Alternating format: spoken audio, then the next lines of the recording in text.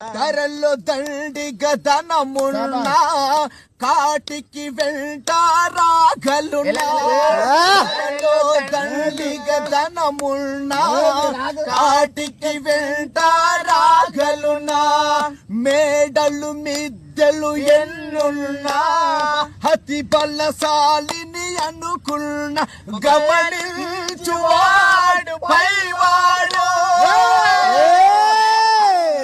పరులకు చెయ్యకు కీడు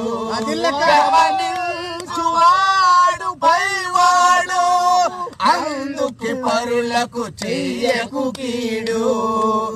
నీదని నాదని వాదనలా అతి చెడు బ్రతుకుట బలమేలా 10 మందిలో తిరగాలి పరమాత్ముని నమ్మాలి